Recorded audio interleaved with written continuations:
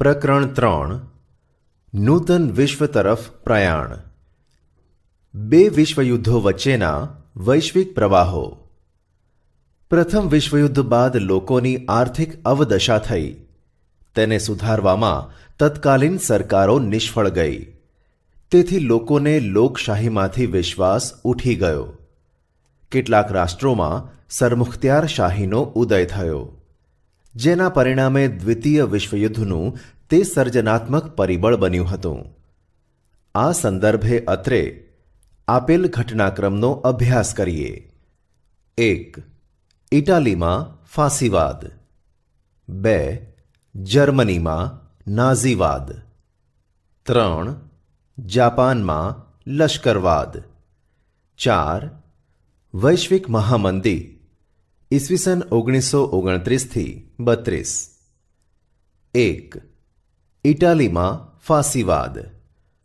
પ્રથમ વિશ્વયુદ્ધમાં ઇટાલી વિજેતા રાષ્ટ્રોના પક્ષે હતું અને તેમના જ પક્ષે રહી યુદ્ધ લડ્યું.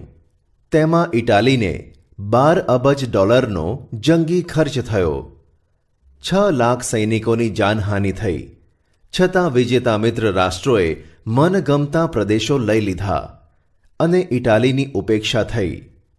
તેથી ઇટાલી રોષે ભરાયું.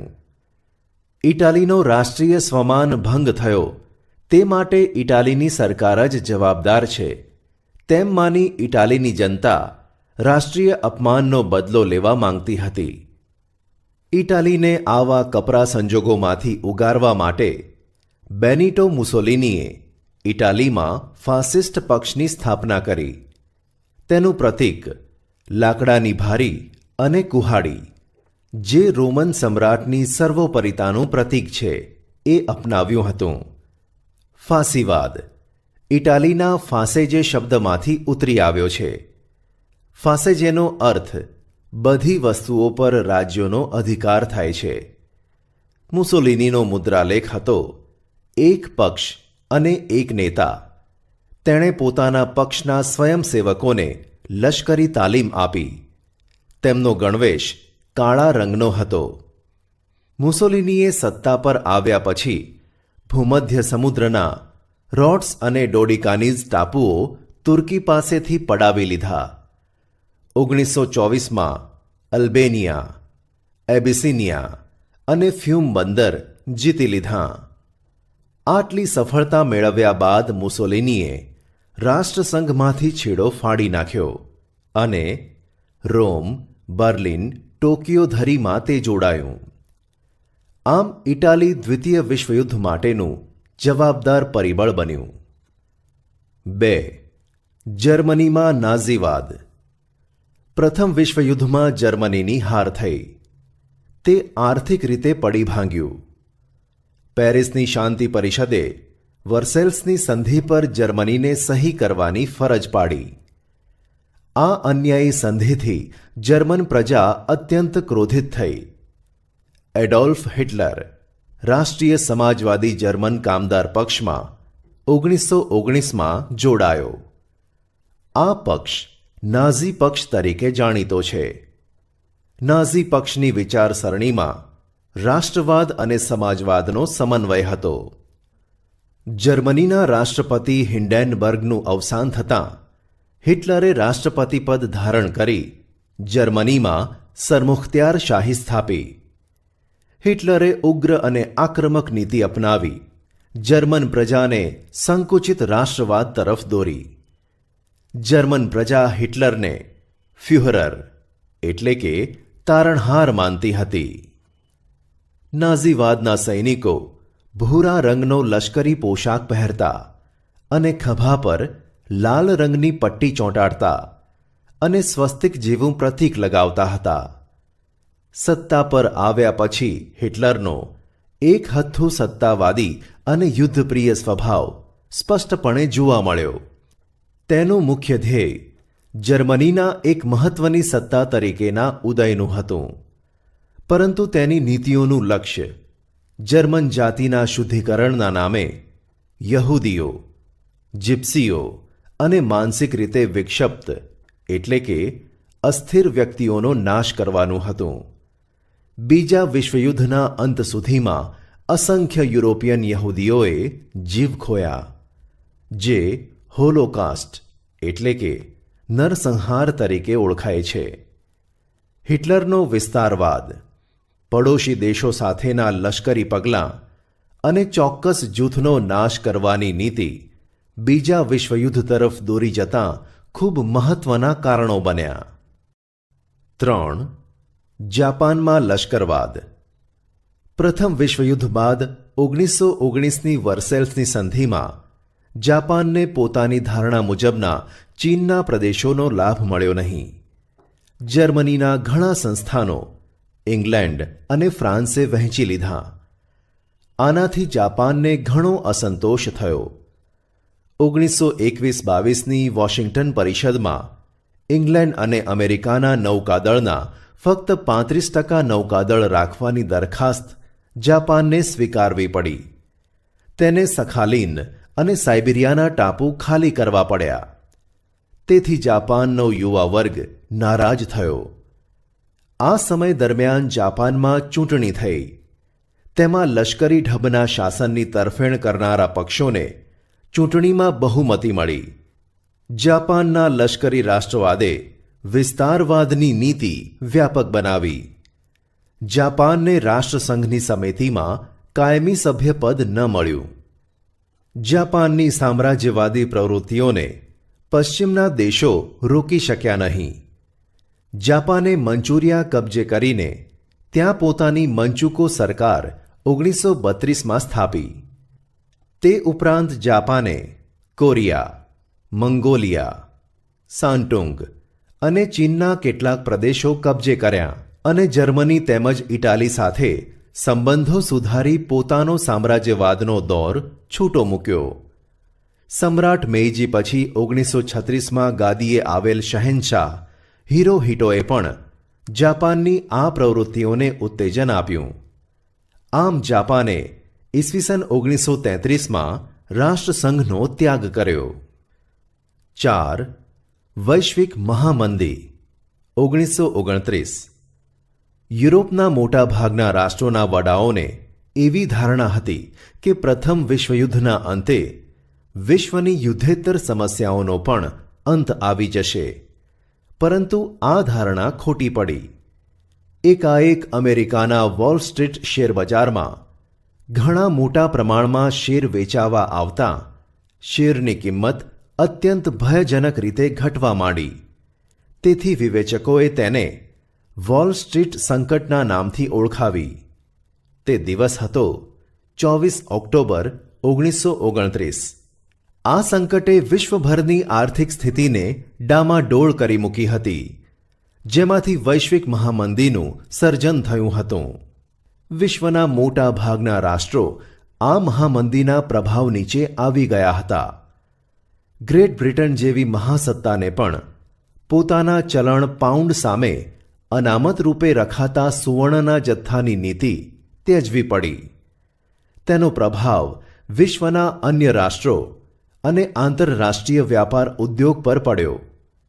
અમેરિકા જેવા સમૃદ્ધ રાષ્ટ્રોએ આર્થિક સ્થિતિની અવગણના કરીને પણ કડક નિયંત્રણો લાદવા પડ્યા.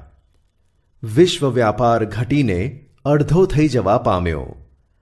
આમ દ્વિતીય વિશ્વયુદ્ધની રૂપરેખાનું સર્જન થયું. દ્વિતીય વિશ્વયુદ્ધના પરિબળો ઈસવીસન 1939થી 1945. પ્રથમ વિશ્વયુદ્ધના અંતે થયેલ વર્સેલ્સની સંધિમાં જ બીજા વિશ્વયુદ્ધ માટેના બીજ વવાઈ ગયા હતા. પેરિસની શાંતિ પ્રક્રિયાએ અનેક રાષ્ટ્રોને અસંતુષ્ટ કર્યા હતા. ત્યારબાદ બનેલી ઘટનાઓ દ્વિતીય વિશ્વયુદ્ધ તરફ દોરી ગઈ. તો વિદ્યાર્થી મિત્રો, ચાલો આપણે દ્વિતીય વિશ્વયુદ્ધ માટેના જવાબદાર પરિબળોનો અભ્યાસ કરીએ. 1. ઉગ્ર રાષ્ટ્રવાદ. પ્રથમ વિશ્વયુદ્ધ પછી જર્મન, જાપાન અને ઇટાલીમાં ઉગ્ર રાષ્ટ્રવાદનો વિકાસ થયો. વર્સેલ્સની સંધિ જર્મની અને તેની પ્રજા ક્યારેય ભૂલી શકી ન હતી. પરિણામે જર્મનીમાં નાઝીવાદ વિચારસરણીને લીધે જ્યાં જ્યાં જર્મન પ્રજા વસતી હોય તે પ્રદેશ જર્મનીને મળવો જોઈએ તેમ કહી ઓસ્ટ્રિયા અને ઝેકોસ્લોવેકિયાના કેટલાક પ્રદેશો હિટલરે હડપ કરી લીધા હતા.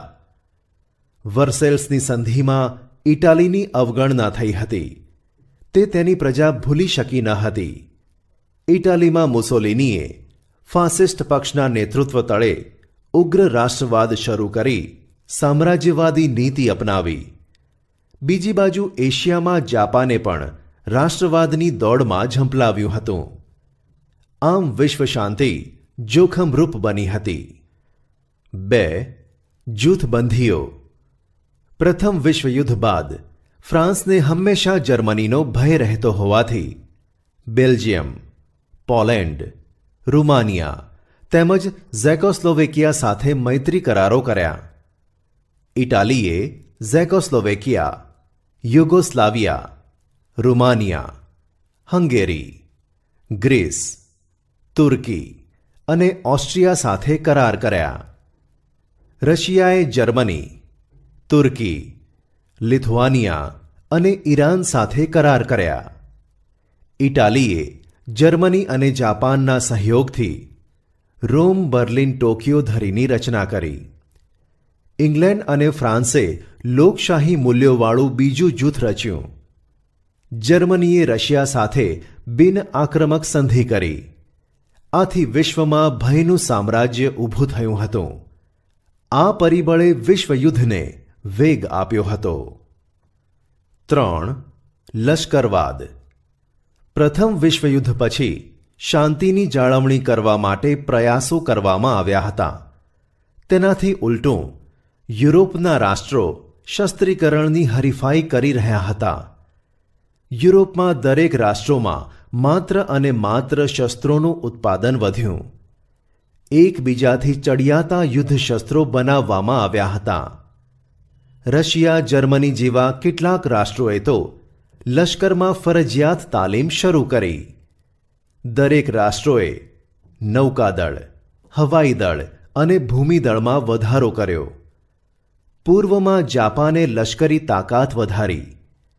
આખરે ઇંગ્લેન્ડ અને ફ્રાન્સ પણ પોતાની શસ્ત્રસજ્જતામાં વધારો કરતા દ્વિતીય વિશ્વયુદ્ધના નગારા વાગવા લાગ્યા હતા. 4. રાષ્ટ્રસંઘની નિષ્ફળતા. પ્રથમ વિશ્વયુદ્ધ બાદ વિશ્વમાં શાંતિ માટે રાષ્ટ્રસંઘની સ્થાપના કરવામાં આવી. પરંતુ રાષ્ટ્રસંઘ પાસે વિશ્વના રાષ્ટ્રો ઉપર સાર્વભૌમત્વ ધરાવતી સર્વોપરી સંસ્થા બની શકી ન હતી કે તેની પાસે પોતાના આદર્શોનું પાલન કરાવવા માટે પોતાનું લશ્કર ન હતું. સભ્ય રાષ્ટ્રો રાષ્ટ્રસંઘ પાસે પોતાનો ઝઘડો લાવવા કે તેનો ચુકાદો માન્ય રાખવા બંધાયેલા ન હતા. કેટલાક રાષ્ટ્રો તો રાષ્ટ્રસંઘમાંથી બહાર નીકળી ગયા હતા. શરૂઆતમાં રશિયા અને જર્મનીએ રાષ્ટ્રસંઘનો સાથ છોડી દીધો. ત્યાર પછી ઇટાલી અને જાપાન તેની બહાર નીકળી ગયા હતા. કારણ કે ઇટાલીએ એબિસિનિયાની આઝાદી ઝૂંટવી લીધી. જાપાને મંચુરિયા પર આક્રમણ કર્યું. જર્મનીએ ઝેકોસ્લોવેકિયાના કેટલાક પ્રદેશો હડપ કરી લીધા છતાંય રાષ્ટ્રસંઘ તેને અટકાવી શક્યો નહીં. જુદા જુદા રાષ્ટ્રોની સત્તા લાલસા અથવા સત્તા ભક્તિ રાષ્ટ્રસંઘમાં બળવાન બની. રાષ્ટ્રસંઘ જૂથબંધી અટકાવી શક્યો નહીં. રાષ્ટ્રસંઘની આ સૌથી મોટી નિષ્ફળતા હતી. 5. વર્સેલ્સની સંધિ. પ્રથમ વિશ્વયુદ્ધને અંતે પેરિસ શાંતિ પ્રક્રિયામાં વર્સેલ્સની સંધિ કરવામાં આવી. તેમાં જર્મનીને જવાબદાર ગણવામાં આવ્યું. તેથી યુદ્ધદંડ પેટે 6.5 અબજ પાઉન્ડની મોટી રકમ આપવી પડી.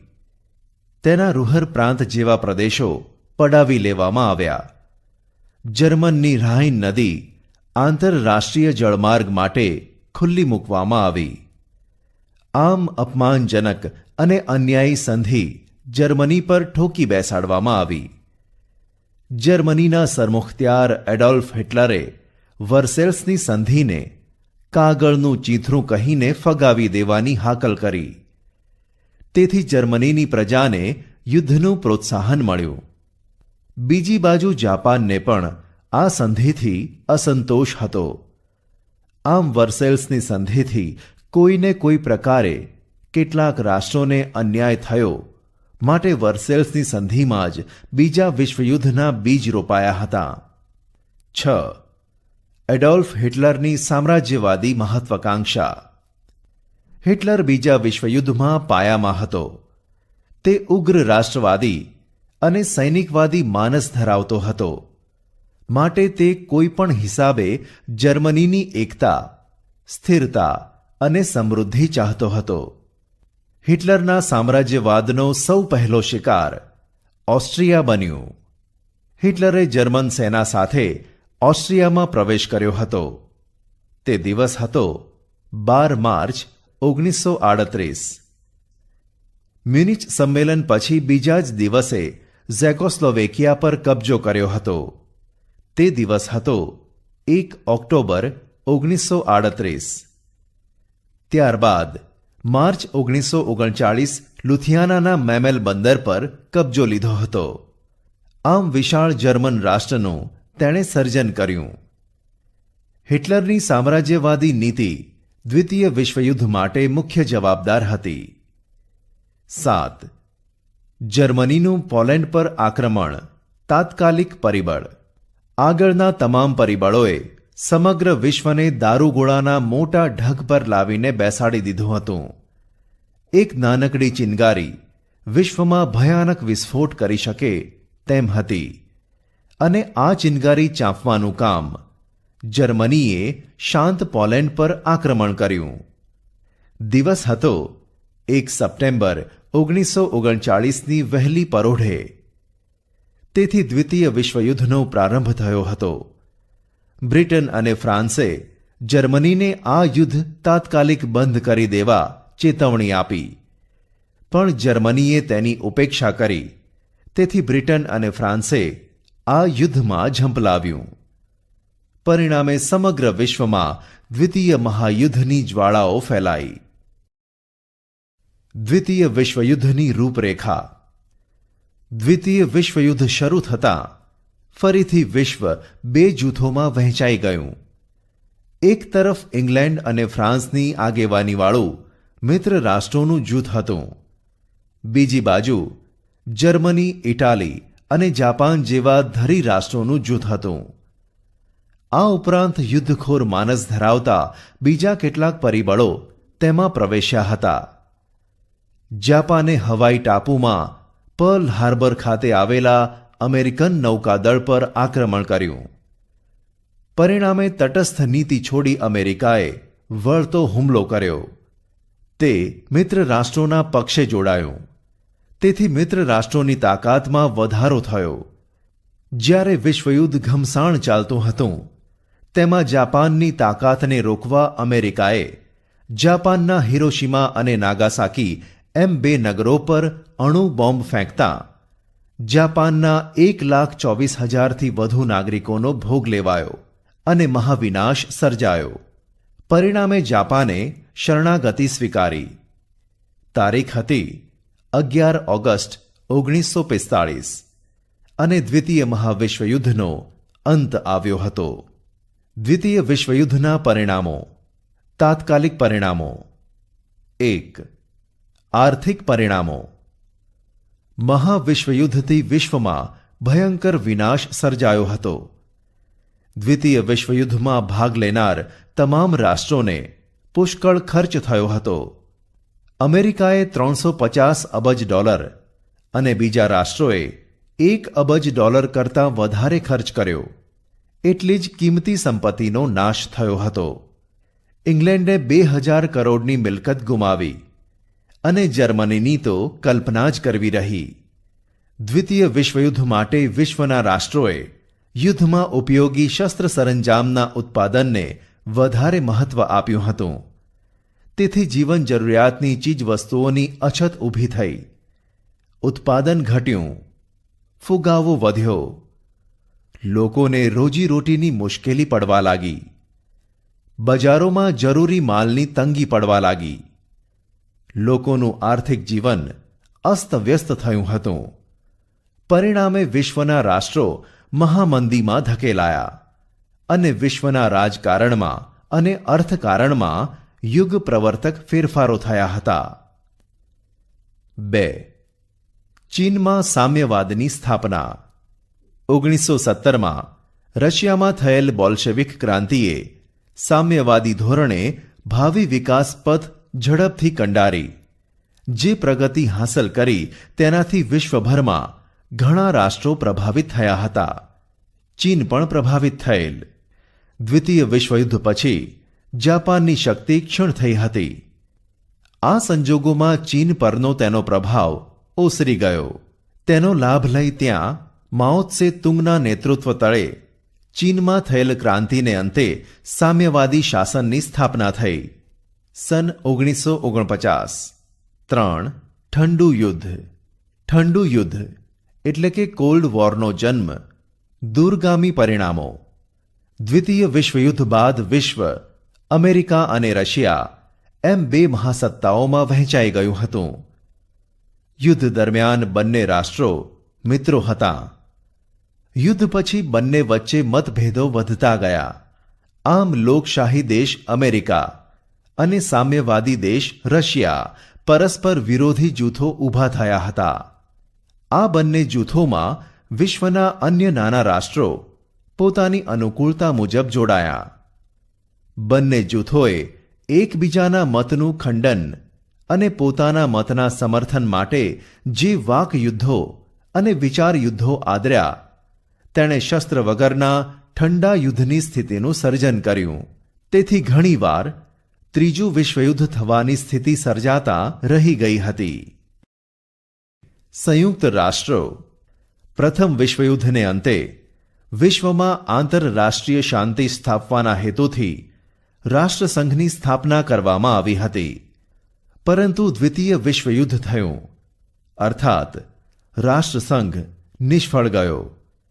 દ્વિતીય વિશ્વયુદ્ધ પૂરું થતાં વિશ્વમાં ફરી એકવાર શાંતિ, સલામતી અને સહ અસ્તિત્વના હેતુથી સંયુક્ત સંઘ એટલે કે સંયુક્ત રાષ્ટ્રો યુએન યુનાઇટેડ નેશન્સની સ્થાપના કરવામાં આવી.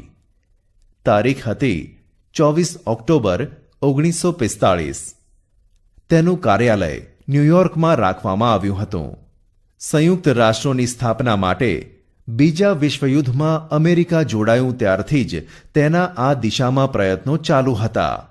માનવ સ્વાતંત્ર્ય, શાંતિ અને સલામતી હેતુસર અમેરિકાના પ્રમુખ રૂઝવેલ્ટે અમેરિકન કોંગ્રેસ એટલે કે સંસદને સંદેશો આપતા મહત્વની 4 સ્વતંત્રતાઓની ઘોષણા કરી. 1. વિચાર અને વાણી સ્વાતંત્ર્ય. 2. ધાર્મિક સ્વાતંત્ર્ય. 3. આર્થિક સ્વાતંત્ર્ય. અને 4. ભયમાંથી મુક્તિના અધિકારોનો સમાવેશ કરવામાં આવ્યો. આ પછી પ્રમુખ રૂઝવેલ્ટ અને બ્રિટનના વડાપ્રધાન ચર્ચિલે એટલાન્ટિક મહાસાગરના એક જહાજ પર 8 મુદ્દાઓનું ખતપત્ર તૈયાર કર્યું, જે પાછળથી એટલાન્ટિક ખતપત્ર તરીકે ઓળખાયું. ખતપત્રમાં દરેક રાષ્ટ્રના સ્વાતંત્ર્ય અને સાર્વભૌમત્વની જાળવણી કરવી, શાંતિ, સલામતી, સામાજિક અને આર્થિક કલ્યાણ અને નિઃશસ્ત્રીકરણની બાબતોનો સમાવેશ કરવામાં આવ્યો હતો. ત્યારબાદ બ્રિટન, અમેરિકા, રશિયા અને ચીનના વિદેશ પ્રધાનો વિશ્વ શાંતિ માટે મોસ્કો ખાતે ભેગા મળ્યા. સમય હતો 1943 ઓક્ટોબર, જે મોસ્કો જાહેરાત તરીકે જાણીતી થઈ હતી. 1943 નવેમ્બરમાં તહેરાનમાં 3 માંધાતાઓની પરિષદ મળી. વોશિંગ્ટન ખાતે 50 રાષ્ટ્રોના પ્રતિનિધિઓએ સંયુક્ત રાષ્ટ્રોનું ખતપત્ર તૈયાર કર્યું. 1944 સપ્ટેમ્બર. 24 ઓક્ટોબર 1945ના રોજ 51 સભ્ય રાષ્ટ્રો દ્વારા સંયુક્ત રાષ્ટ્રોની સ્થાપનાની જાહેરાત થઈ. તેમાં ભારતનો પણ સમાવેશ થાય છે. ત્યારથી શરૂ કરીને આજ પર્યંત 24 ઓક્ટોબરનો દિવસ યુએન દિવસ, યુનાઇટેડ નેશન્સ ડે તરીકે વિશ્વભરમાં ઉજવવામાં આવે છે. હાલ સંયુક્ત રાષ્ટ્રોમાં 193 રાષ્ટ્રો સભ્ય તરીકે છે. સંયુક્ત રાષ્ટ્રોના અંગો. સંયુક્ત રાષ્ટ્રોએ તેના ઉદ્દેશો સિદ્ધ કરવા જે તંત્ર ગોઠવ્યું છે તેના મુખ્ય 6 અંગો છે, જે આ મુજબ છે: 1. સામાન્ય સભા. 2. સલામતી સમિતિ. 3. આર્થિક અને સામાજિક સમિતિ. 4. વાલી સમિતિ.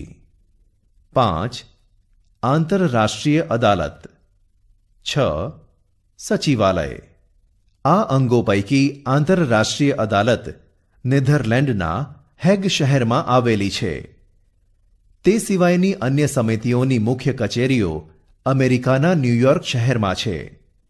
સંયુક્ત રાષ્ટ્રોના અંગોના કાર્યો. 1.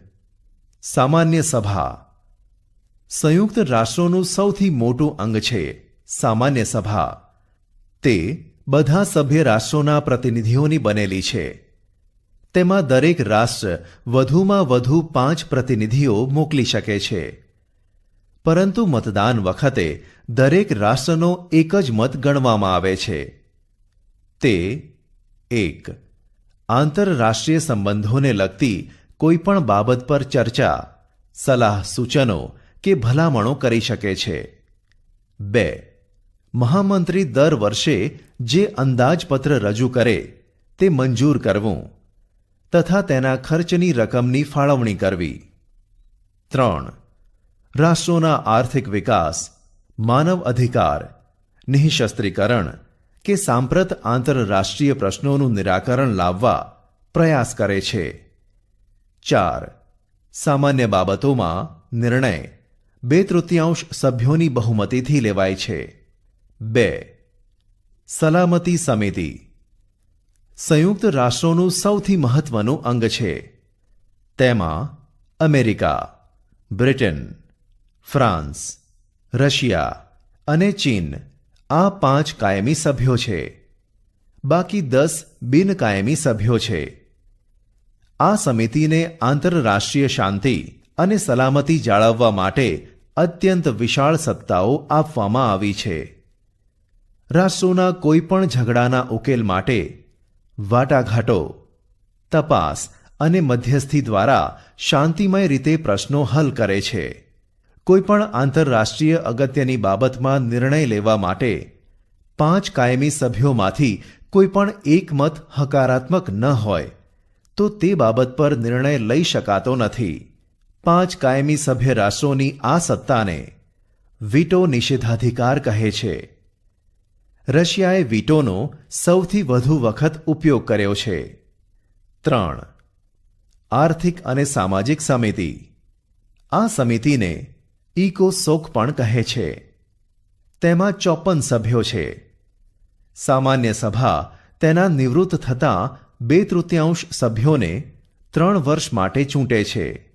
આ સમિતિ ધર્મ, જાતિ, પ્રદેશ કે ભેદભાવ વગર વિશ્વના રાષ્ટ્રની પ્રજાઓનું જીવન ધોરણ ઊંચું લાવવાનો પ્રયત્ન કરે છે. આ સમિતિ અને તેની પેટા સમિતિઓ વિશ્વભરમાં કાર્ય કરે છે. WHO વિશ્વ આરોગ્ય સંસ્થા વિશ્વના માનવીઓનું સ્વાસ્થ્ય સુધારણાનું કાર્ય કરે છે. IMF આંતરરાષ્ટ્રીય બેંક તથા નાણાં ભંડોળ નાણાકીય સ્થિરતા સ્થાપવાનું કાર્ય કરે છે. FAO આંતરરાષ્ટ્રીય ખાદ્ય અને કૃષિ સંસ્થા તે ખેત પેદાશ, જંગલો અને માછલીઓનું ઉત્પાદન વધારવા, પોષણનું ધોરણ ઊંચું લાવવા સહાય કરે છે.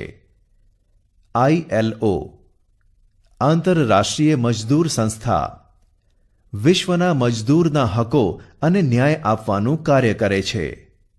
UNICEF યુનિસેફ બાળકો માટેનું આકસ્મિક મદદ ભંડોળ વિશ્વના બાળકોનું સ્વાસ્થ્ય સુધારવા, પૌષ્ટિક ખોરાક, શિક્ષણ અને બાળ કલ્યાણની પ્રવૃત્તિઓ કરે છે. UNESCO યુનેસ્કો શૈક્ષણિક, વૈજ્ઞાનિક અને સાંસ્કૃતિક સંસ્થા. આ સંસ્થા નિરક્ષરતા નિવારણ, શિક્ષણ દ્વારા માનવીનું જીવન ધોરણ ઊંચું લાવવું, ન્યાય આપવો. શિક્ષણ વિજ્ઞાન અને સાંસ્કૃતિક સાધનો દ્વારા રાષ્ટ્રો વચ્ચે સહકાર વધારવાનું કાર્ય કરે છે. આ ઉપરાંત તેની પેટા સંસ્થાઓ અને પ્રાદેશિક સમિતિઓ પણ છે, જે વિવિધ કાર્યો કરે છે. 4. વાલી સમિતિ. આ સમિતિમાં 5 કાયમી સભ્ય રાષ્ટ્રો હોય છે. તેમને સામાન્ય સભા પસંદ કરે તે દેશોના પ્રતિનિધિઓ હોય છે. અગાઉ વાલીપણા એટલે કે મેન્ડેટ હેઠળ જે પ્રદેશો હતા તેમજ જે પ્રદેશોને સ્વતંત્રતા મળી ન હતી તેવા અને દ્વિતીય વિશ્વયુદ્ધમાં પરાજિત થયેલ પ્રદેશોની દેખરેખ માટે તેમજ તેમના સામાજિક, આર્થિક, રાજકીય જેવી તમામ બાબતોનો વિકાસ થાય તે જોવાની ફરજ વાલી સમિતિની છે. 5. આંતરરાષ્ટ્રીય અદાલત. તેનું મુખ્ય મથક નેધરલેન્ડના હેગ શહેરમાં છે. તેમાં 15 ન્યાયમૂર્તિઓ છે.